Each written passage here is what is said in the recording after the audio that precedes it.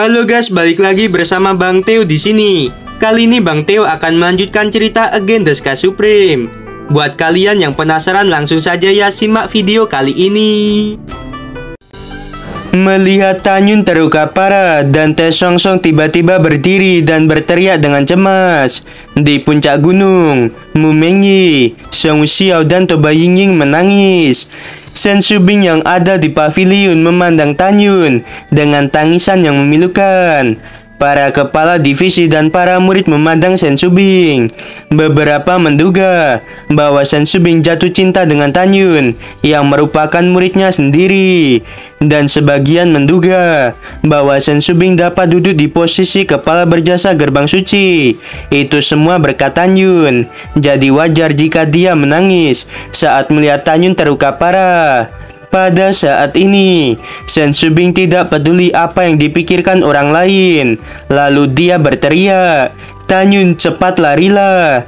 Mu Mengyi dan Song Xiao berteriak sambil menangis. "Tanyun, dengarkan kata-kata kepala berjasa. Kamu larilah." Toba Yingying berkata, "Kakak, cepat lari. Kamu harus bertahan hidup. Ada banyak hal yang harus kamu lakukan. Apakah kamu sudah melupakan semua itu?" Para kepala divisi yang ingin menghabisi Tanyun tidak bisa menahan senyum. Jika bukan karena kehadiran dan Tae Song Song, mereka akan tertawa terbahak-bahak, terutama Yuan Fengjun. Di sisi lain, Feng Qingcheng, Xie Juechen, Gong Sun Yangchun, dan Su Daosheng, mereka yang ingin membuat Tanyun menjadi keluarga mereka menjadi muram. Di puncak, ratusan ribu murid dari divisi 5 jiwa dan murid yang ingin menghabisi Tanyun tampak sangat bahagia. Tanyun masih terbaring dan tidak bergerak. Nafasnya lemah dan dia tampak sekarat. Sebenarnya Tanyun tidak terluka parah. Alasan mengapa Tanyun terbaring di tanah dan berpura-pura terluka parah hanyalah mencari kesempatan untuk menggunakan formasi pedang Dewa Hongmeng. Tanyun tahu bahwa meskipun dia menggunakan langkah Dewa Hongmeng, kecepatannya tidak akan secepat Luo Rushui. Ketika Luo Rushui terlihat oleh semua orang, para murid berkata, "Luo Rushui, teknik macam apa yang kamu gunakan? Energi iblisnya begitu luar biasa dan terlalu kuat." Saat para murid sedang berdiskusi, Luo Rushui menatap Mu Mengyi, Song Xiao, dan Toba Yingying di puncak gunung. Lalu dia berkata sambil tertawa, "Mengapa kalian menangis?" Tiba-tiba, suara Tanyun terdengar, "Wanita sialan, aku akan menghabisimu." Mu Mengyi, Toba Yingying, Song Xiao, dan Shen Subing buru-buru menyeka air mata mereka dan melihat ke arena. Pada saat ini, Tanyun yang berbaring di tanah tiba-tiba naik ke langit. Kemudian, 11 pedang harta karun tingkat tinggi dengan atribut emas, kayu, air, api, tanah, angin, guntur, waktu, ruang, kematian, dan cahaya keluar dari cincin Qiang Kun. Ketika 11 pedang milik Tanyun menyebar dan membentuk lingkaran, Wei Yan yang merupakan kepala divisi 5 jiwa berteriak, "Hancurkan pedangnya dan jangan biarkan dia mengatur formasi pedang. Begitu dia membuat formasi pedang, kamu akan dalam bahaya." Mendengarkan kata-kata itu, Luo Rushui melintasi jarak 5.000 kaki. Lalu dia berkata, "Tanyun, putri suci ini tidak akan memberimu kesempatan untuk membuat formasi pedang." Dengan cakarnya, Luo Rushui menghancurkan salah satu pedang. Kemudian, Luo Rushui melambaikan tangan kanannya, dan tiba-tiba 11 helai energi spiritual berwarna ungu mengalir keluar dari tubuhnya dan menghancurkan 10 pedang lainnya. Lalu 1 helai energi spiritual yang tersisa menuju ke arah Tanyun. Tanyun menyelimuti tubuhnya dengan kekuatan spiritual berwarna emas. Namun daya hantam energi spiritual berwarna ungu milik Luo Rushui terlalu kuat. Tanyun mengeluarkan 3 teguk darah dan tubuhnya terpental. Mu Mengyi dan Song Xiao melihat Tanyun akan jatuh keluar dari arena. Begitu Tanyun keluar dari arena, itu berarti Tanyun kalah dan Luo Rushui tidak bisa menghabisi Tanyun. Menurut Toba Yingying dan Shen Subing, karena Tanyun tidak dapat menggunakan formasi pedang, Tanyun memang lebih baik mengaku kalah. Luo Rushui berkata, Sialan, aku pikir dengan satu serangan bisa membuat tubuh Tanyun meledak dan menghancurkan jiwa sucinya. Tetapi aku tidak pernah berpikir bahwa tubuh Tanyun begitu kuat. Shen Shubing berteriak, "Tanyun, cepat keluar dari arena, jangan paksakan dirimu." Mu Mengyi berteriak, "Tanyun, cepat lari, kamu sudah tidak bisa bertahan lagi." Song Wuxiao juga berteriak, "Tanyun, dengarkan kepala berjasa dan kakak Mengyi. Kamu tidak bisa menggunakan formasi pedang, jadi larilah." Pada saat ini, di mata semua orang, Tanyun yang berlumuran darah mendarat di tepi arena. Tanyun mendengarkan suara tangisan dari Shen Shubing dan 3 wanita lainnya. Tanyun perlahan mengangkat kepalanya dan menatap Shen Shubing, lalu dia berkata, "Kepala, kamu tidak perlu khawatir. Murid ini baik-baik saja." Setelah mengatakan hal itu, Tanyun menatap ke arah Mu Mengyi, Song Wuxiao dan Toba Yingying. Lalu dia berkata dengan lembut, "Jangan menangis, ingatlah siapa aku ini. Bagaimana mungkin aku bisa dihabisi oleh wanita sialan seperti Luo Shui? Bahkan jika aku tidak menggunakan formasi pedang, aku akan tetap menghancurkan Luo Shui." Mendengarkan hal itu, Mu Mengyi, Song Wuxiao dan Toba Yingying tahu karakter Tanyun. Jadi mereka hanya meminta Tanyun untuk lebih berhati-hati. Mu Mengyi berkata, "Tanyun, kamu harus berjanji padaku bahwa kamu harus tetap hidup." Tanyun berkata, "Gadis bodoh, jangan menangis, aku berjanji." Setelah itu, Tanyun kembali menuju tengah arena. Melihat pemandangan ini, semua orang di puncak berkata, "Tanyun ini terlalu gila." Mereka tidak pernah membayangkan bahwa Tanyun benar-benar akan bertarung setelah terluka parah. Song Liyuxin mengerutkan bibirnya, dan ada sedikit kekhawatiran di matanya yang indah. Di atas arena, Luo Shui menatap Tanyun dan berkata, "Putri suci ini tidak akan pernah memberimu kesempatan untuk membuat formasi pedang. Tanyun, mengenai ranah, kecepatan, fisik, dan kekuatanmu tidak sebaik putri suci ini. Jadi kamu tidak akan bisa menghabisiku. Kecuali Dante Xuanzong, Shen Shubing, Toba Yingying, Mu Mengyi, dan Song Wuxiao. Semua orang percaya bahwa Tanyun akan mati. Tetapi adegan berikutnya membuat semua orang berdiri dan tidak percaya.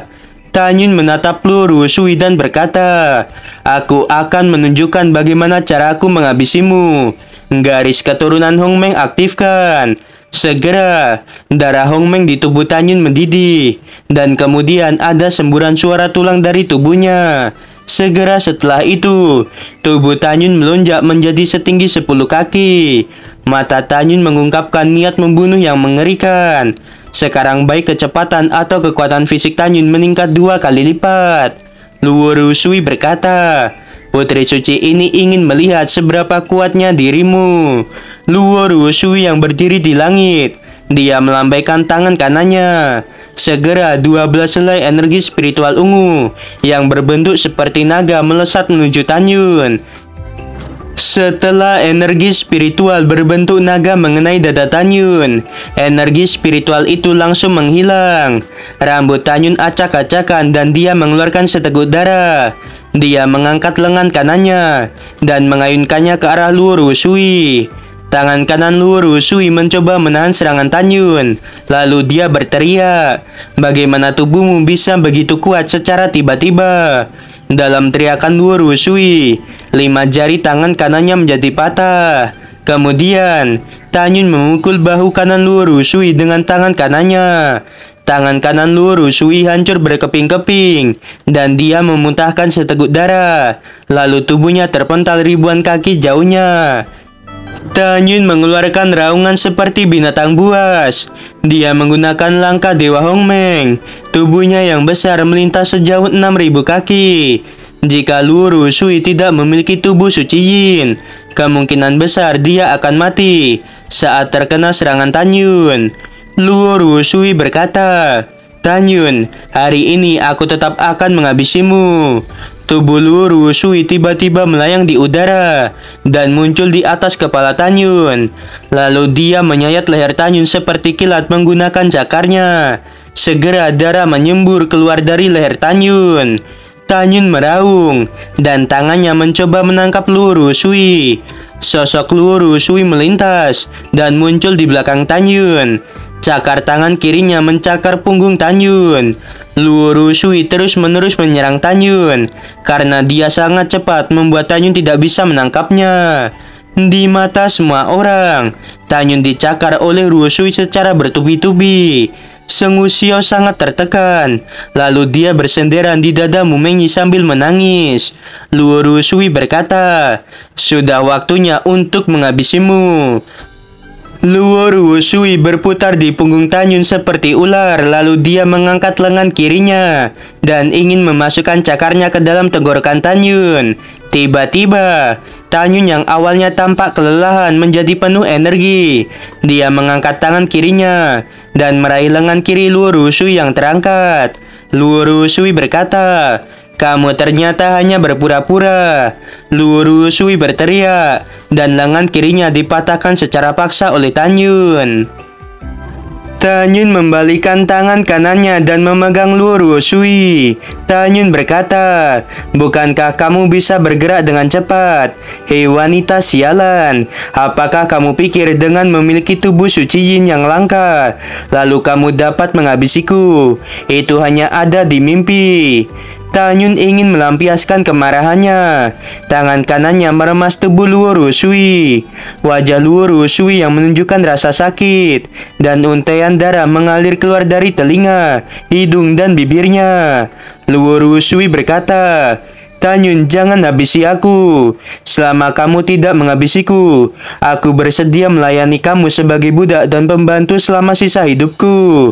Tanyun meremas Luo Shui lebih keras dan lebih keras. Lalu dia berkata, "Kamu memang putri suci yang kuat di mata semua orang, tetapi di depanku, kamu bukan apa-apa. Jika ranahku sama dengan dirimu di alam jiwa suci tingkat sempurna, aku dapat menghancurkan dirimu ratusan kali dengan sangat mudah.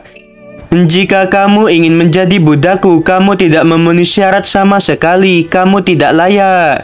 Luo Shui berkata dengan gemetar, "Aku masih perawan dan aku bersumpah setia padamu mulai sekarang. Tanyun, aku mohon. Aku juga wanita paling cantik di divisi 5 jiwa. Tolong jangan habisi aku." Tanyun berkata, "Bagiku, kamu hanyalah tulang saat ini, jadi matilah." Tanyun mengeluarkan kekuatan spiritual beratribut emas dan mulai mengepalkan tangannya. Luo Shui berkata, "Tanyun, kamu memaksaku melakukan hal ini. Kita akan mati bersama." Tiba-tiba, sepasang pupil ungu Luo Shui berubah menjadi pusaran ungu, dan Te Swangsong menjadi cemas. Dia melambaikan tangan kanannya, dan tiba-tiba tirai kekuatan spiritual menyelimuti puluhan ribu murid di dekat arena. Shen Shubing berteriak, "Tanyun, cepat larilah!" Tanyun yang seperti menara tiba-tiba melepaskan Luo Shui dan melesat dengan cepat. Dalam sekejap mata, radius 10.000 kaki terkena ledakan yang dahsyat. Di mata para kepala divisi, tetua, dan murid, kekuatan ledakan itu mengenai Tanyun. Shen Shubing mengepalkan tangannya di depan dadanya, dan matanya yang indah penuh dengan keputusasaan. Di puncak gunung, Mu Mengyi, Song Wuxiao, dan Toba Yingying menjadi putus asa dan sedih.